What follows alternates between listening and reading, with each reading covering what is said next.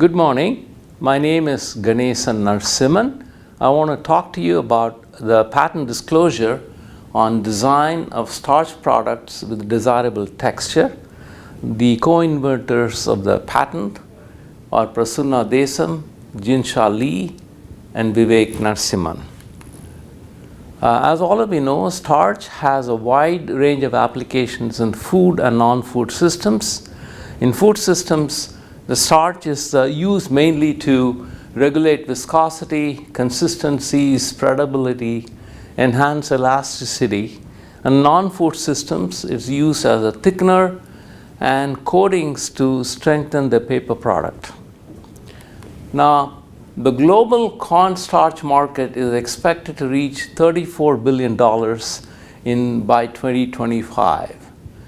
Currently, empirical methods are employed to modify ingredients and select process conditions for desirable product of desirable texture and consistency. So there is a need for rational methodology for ingredient modification and process design. So here, the disclosure deals with methodology to design a starch-based product with desirable texture and consistency.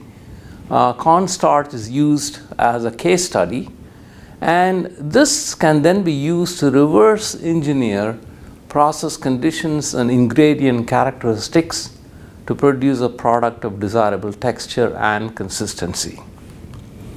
So as all of you know, if you heat a suspension of starch in water, water infuses into the starch granules, and that results in swelling of the starch. And as the starch granules swell, their size increases, and this obviously also results in increase in the volume fraction of the starch suspension because they have taken up a lot of water. So this makes the suspension quite viscous, and it results in a paste. And the paste has some kind of elastic rheological properties as shown here as a plot of shear stress versus shear strain. So when one is dealing with the mouthfeel and consistency in many of these products, we are looking at very low shear strain. Therefore, the paste behaves like an elastic solid, and one is really interested in the elastic modulus for its behavior. So you can see that swelling of the starch granules is intricately related to the pasting or rheology. So we have developed a model which can predict the swelling in terms of physical properties of starch, such as gelatinization temperature, enthalpy of gelatinization, interaction with water, extent of cross-linking, etc., and also the processing conditions such as temperature history. So one typical prediction of the swelling and comparison with experimental data for maize and its crosslinks are shown here. Now once you predict the swelling, you can then predict the volume fraction of the swollen starch granules, and we have obtained a master curve as shown here, which relates the elasticity or G prime as a function of volume fraction. So once you're able to predict the volume fraction of starch granules from the swelling model, we can refer to this master curve and then obtain the elastic modulus G prime.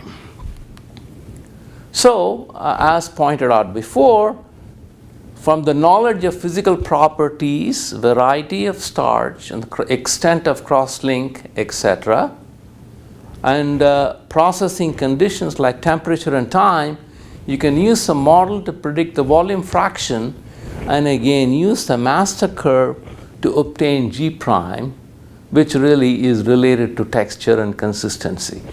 Alternatively, you can use the same model then to reverse engineer a process. For example, if you want a product of desirable G prime, then that can be mapped to a set of physical properties and also set of processing conditions, so that one can choose from these sets whatever is feasible for a certain process.